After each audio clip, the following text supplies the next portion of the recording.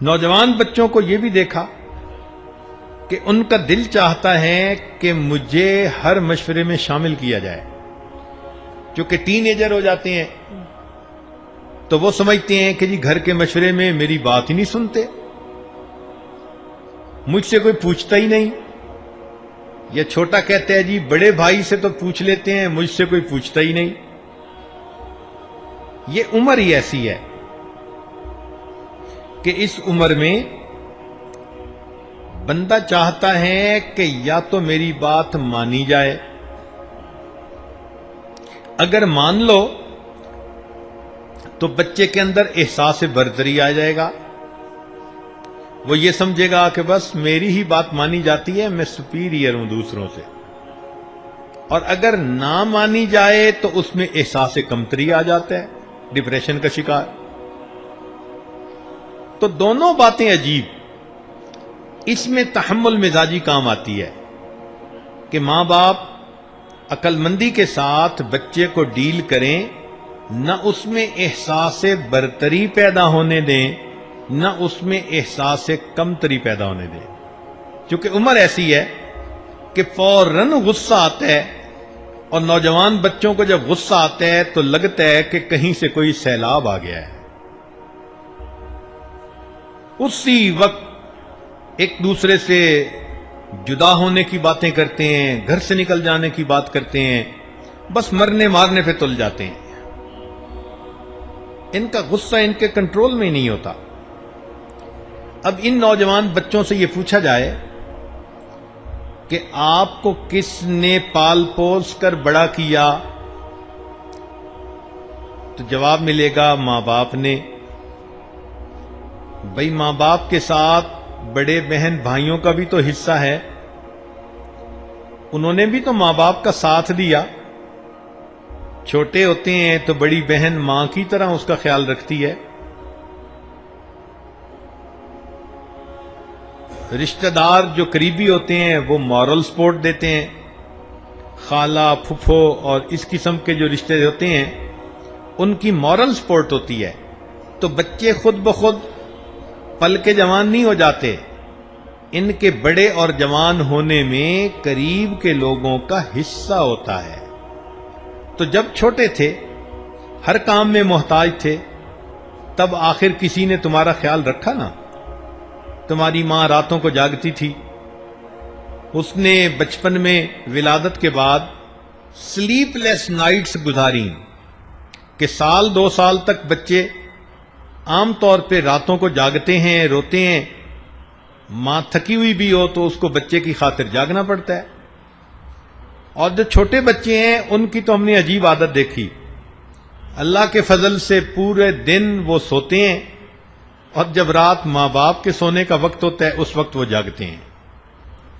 اور میں اپنے دوستوں کو اکثر یہی کہتا ہوں کہ بچوں کی برکت ہے کہ آپ کو بھی تہجد پڑھنی نصیب ہو جاتی ہے.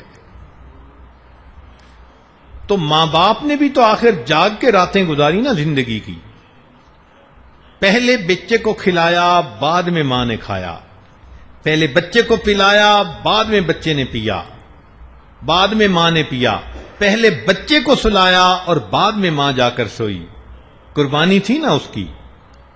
تو آخر اس قربانی کا کوئی ریٹرن ہونا چاہیے. کیا اتنا بھی اس ماں کا حق نہیں کہ وہ نوجوان بچے کو کوئی بات سمجھائے تو یہ اس کی بات کو تسلی سے سن لے؟ آج کل کے نوجوان تو بس ماں کو اللہ میاں کی گائے سمجھتے ہیں، لحاظ ہی نہیں کرتے. آئیے دیکھیے شریعت نے کیا کہا. قرآن عظیم الشان میں اللہ رب العزت ارشاد فرماتے ہیں وَبِالْوَالِدَيْنِ إِحْسَانًا، کہ تم ماں باپ کے ساتھ حسن سلوک کا معاملہ کرو. ماں باپ دونوں کے ساتھ. گو کہ ایک صحابی نے پوچھا کہ میں کس کے ساتھ حسن سلوک کروں؟ فرمایا ماں. پھر پوچھا کس کے ساتھ؟ فرمایا ماں. تیسری مرتبہ کس کے ساتھ؟ فرمایا ماں. چوتھی مرتبہ پوچھا تو فرمایا ہاں باپ کے ساتھ بھی حسن سلوک کرو. تو اس حدیث پاک سے یہ مطلب نکلا کہ باپ کے ساتھ بھی حسن سلوک کرنا ہے مگر ماں کا اس سے بھی زیادہ خیال رکھنا ہے، اس لیے کہ ماں نے تکلیف زیادہ اٹھائی ہوتی ہے۔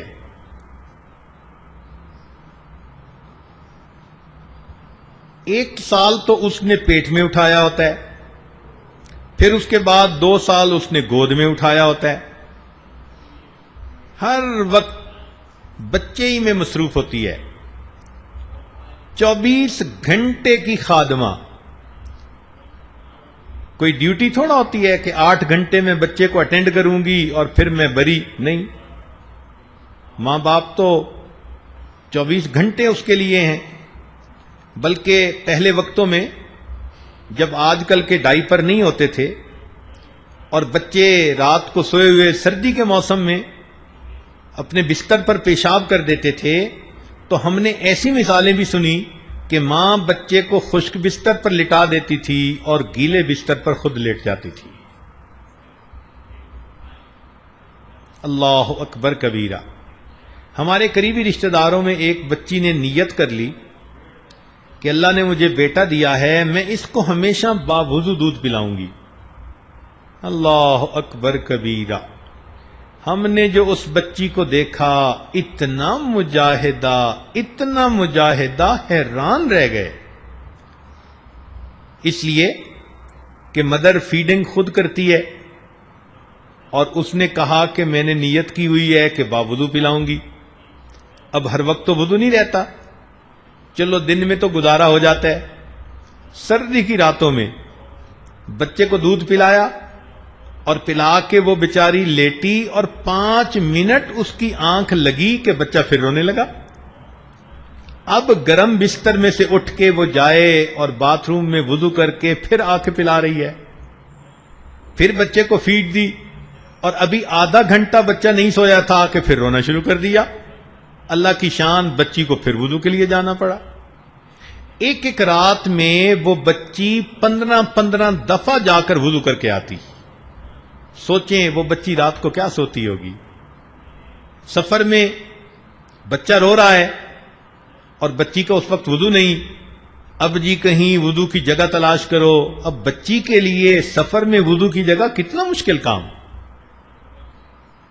کس جتن سے اس نے اپنے اس بیٹے کو دودھ پلایا، یہی سوچ سوچ کے مجھے حیرت ہوتی ہے، اور دل کہتا ہے کہ واقعی اللہ رب العزت نے جو ماں کا یہ مقام بتایا، یہ اس ماں کا حق بنتا ہے۔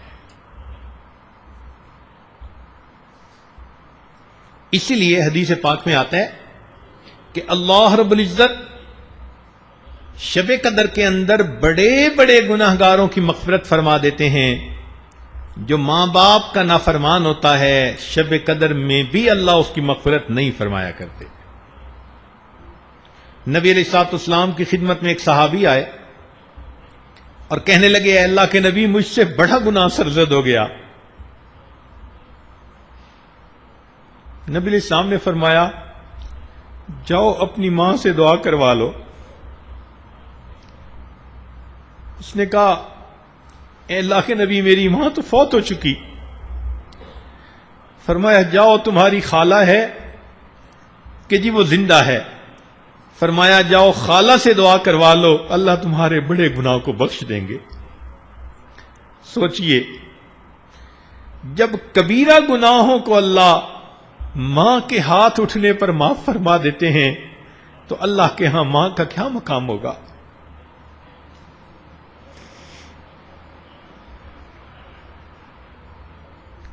اس لیے جو شخص اپنے ماں باپ سے حسن سلوک کرتا ہے، اللہ رب العزت اس بندے کی زندگی میں برکتیں عطا فرماتے ہیں۔